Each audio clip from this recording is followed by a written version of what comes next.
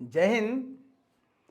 आज हम लोग बात कर रहे हैं जो ट्रेन चंपारण से पटना जाती है, चाहे वो पूर्वी चंपारण से हो या पश्चिमी चंपारण से हो। पश्चिमी चंपारण का जब जिक्र आता है तो पश्चिम में जो पश्चिमी बिहार है, जहाँ यूपी का बॉर्डर समाप्त होता है, वहाँ से सब पश्चिमी चंपारण में ही आते हैं। और यहाँ से लोग अपने किसी कार्य के लिए जब पटना जाते हैं तो उन्हें न जाने कितने भीड़ का सामना करना पड़ता है। और जो ट्रेन है वो इंटरसिटी है।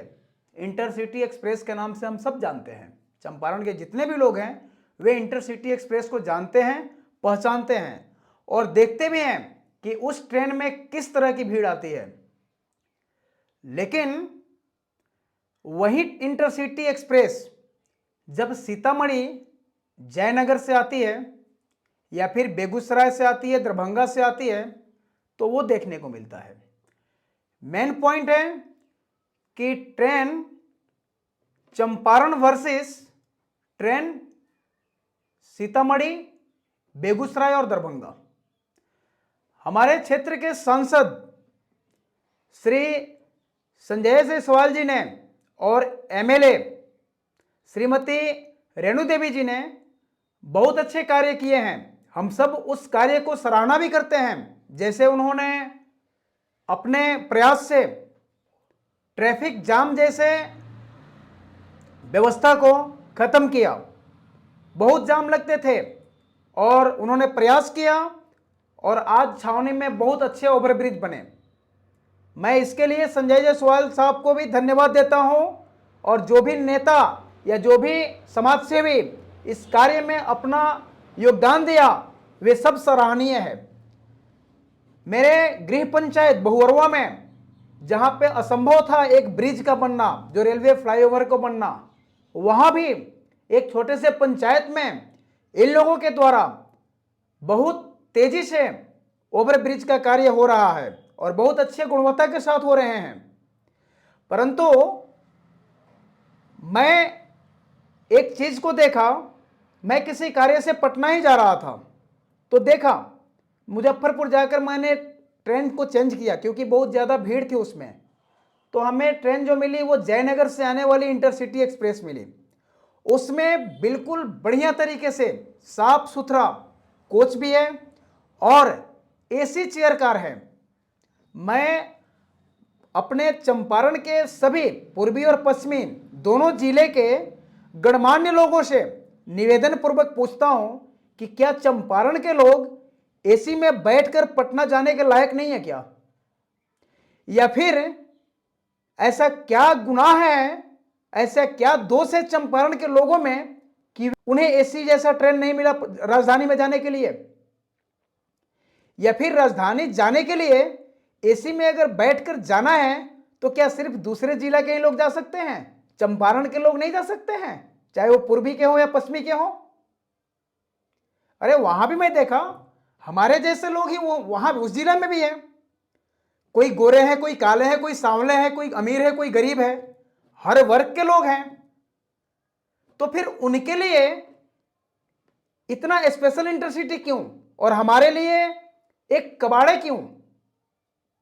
आप देखिए, ये मैसेज में देखिए, ये जयनगर की इंटरसिटी एक्सप्रेस है और यहां पे जो पश्चिमी चंपारण और पूर्वी चंपारण से इंटरसिटी जाती है वो है। कितना डिफरेंस है। और जो विपक्ष में नेता हैं, जो लोग अपने आप को समाज सेवी बताते हैं, उनसे भी मैं कहता हूं कि आप लोग इस चीज को मुद्दा क्यों नहीं बनाते हैं? आप समाज के भला करने के लिए चुनाव लड़ते हैं, हर लोगों के दरवाजे पे जाकर वोट मांगते हैं। क्या इस समस्या को आप लोगों ने कभी देखा? और देखा भी तो नजरअंदाज क्यों किया? आप लोग बड़े आदमी हैं, आप लोगों को पटना जाने के लिए अपनी खुद की व्हीकल होती है, खुद की कार है, खुद की फॉर्च्यूनर, स्कॉर्पियो जो भी हो। परंतु जो आम लोग हैं जिनकी कैपेसिटी नहीं है कि पर्सनल गाड़ी से पटना जाएं और उन्हें अगर अपने परिवार के साथ, अपने पत्नी और बच्चों के साथ, माँ बाप के साथ अगर राजधानी में किसी कार्य से जाना पड़े तो क्या इस भीड़ में वे सरवाइव कर पाएंगे? तो क्यों नहीं ऐसी व्यवस्था उन्हें मिली? क्यों नहीं इस तरह की ट्रेनें चंपारण में प्रोवाइड करवाई जा रही है? मैं फिर से रिपीट करता हूं, क्या चंपारण के लोग इस लायक नहीं है क्या कि उन्हें भी चेयर कार जैसे ट्रेन मिले, उन्हें भी एसी में बैठकर और अपने राजधानी में जाने का सौभाग्य प्राप्त हो? और मेरे इस वक्तव्य से तनिक भी राजनीति की दृष्टि से ना देखा जाए। मैं कोई राजनेता नहीं हूं, मैं भारत का बेटा हूं और भारत के भूमि पर जन्म होने के नाते मैं हर उस मुद्दे को छेड़ सकता हूं। यह बाबा साहब भीमराव अंबेडकर जी का संविधान मुझे पूर्ण अधिकार देता है कि समाज में अच्छाई को और समाज में अच्छी व्यवस्था को लाने के लिए हम आवाज उठा सकें और दोषी को उसके सामने यह दिखा सकें। जो लोग सरकार को विरोध करते हैं वे जाति के नाम पे विरोध करते हैं, आरक्षण के नाम पे विरोध करेंगे, धर्म के नाम पे विरोध करेंगे। क्या कभी विकास के नाम पे सरकार का विरोध किया कि यहां ये विकास नहीं हो रहे हैं? और चंपारण में इतनी अच्छी ट्रेन चलवाना भी एक विकास से कम नहीं है। और चंपारण में एक अच्छी ट्रेन चलवाना, एक बढ़िया रेलगाड़ी चलवाना जिसमें एसी हो, चेयर कार जैसे सुविधा हो और बढ़िया साफ सफाई हो, ये भी चंपारण के लिए, पूर्वी चंपारण और पश्चिमी चंपारण दोनों के लिए कोई विकास से कम नहीं है। क्योंकि पूर्वी और पश्चिमी चंपारण के 90% लोग ऐसे हैं जो ट्रेन से राजधानी जाते हैं, जो ट्रेन की सहारा लेते हैं और अपने कार्य के लिए राजधानी को जाते हैं। और उनके लिए एक अच्छी ट्रेन चलवाना ये हम लोगों के लिए बहुत बड़ी विकास की कार्य है।